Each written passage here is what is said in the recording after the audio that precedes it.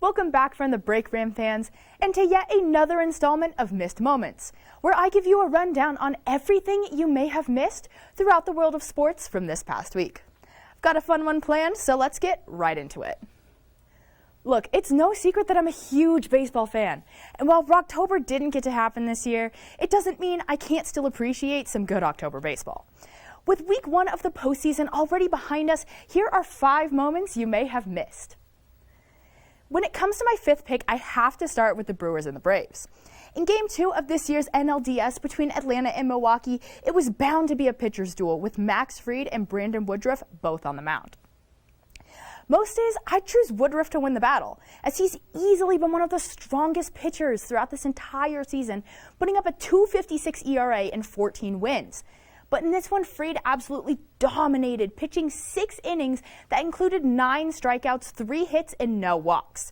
It was this super strong performance that allowed the Braves to take Game 2 of the NLDS 3-0, tying the series up at 1.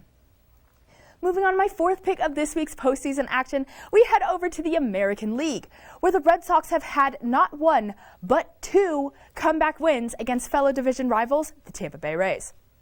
Game 2 of this series was looking like another easy win for the Rays, with 5 up in the first to put them up 5-2. But like they've done all year, Boston didn't let this rattle them, continuing to stay consistent and score multiple runs in the 3rd, 5th, 8th, and 9th to secure a 14-6 victory. And the Sox didn't stop there, taking another comeback victory yesterday in their return to Fenway when Christian Vasquez hit a 2-run homer off of Luis Pintino in the bottom of the 13th to walk it off.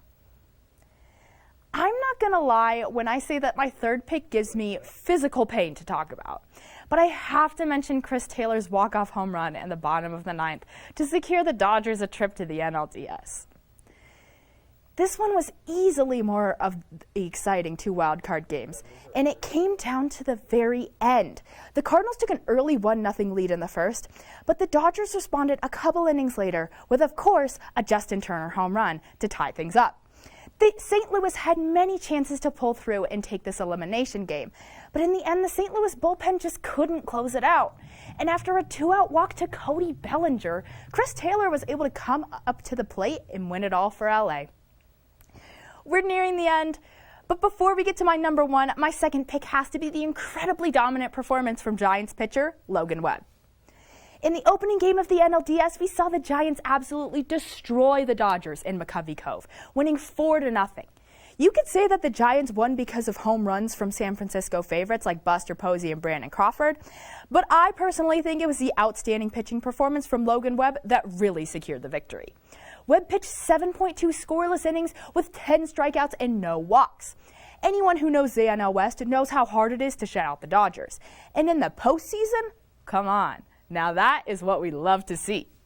And now to my last pick of the night. This one is a no-brainer. I had to go with Randy Arozarena's stolen base in Game 1 of the AL Divisional. You might be asking, why would a stolen base get your number 1 spot? Well, maybe that's because Randy stole home. Yeah, that's right. He stole home plate in a playoff game.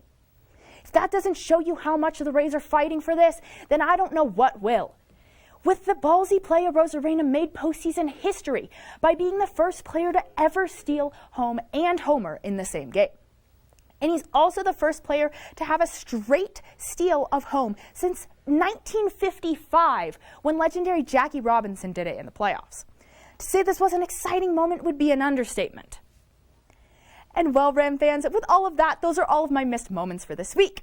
But don't change the channel just yet, because when we get back, Ella fills in for Brendan on the waiver wire. You won't want to miss it.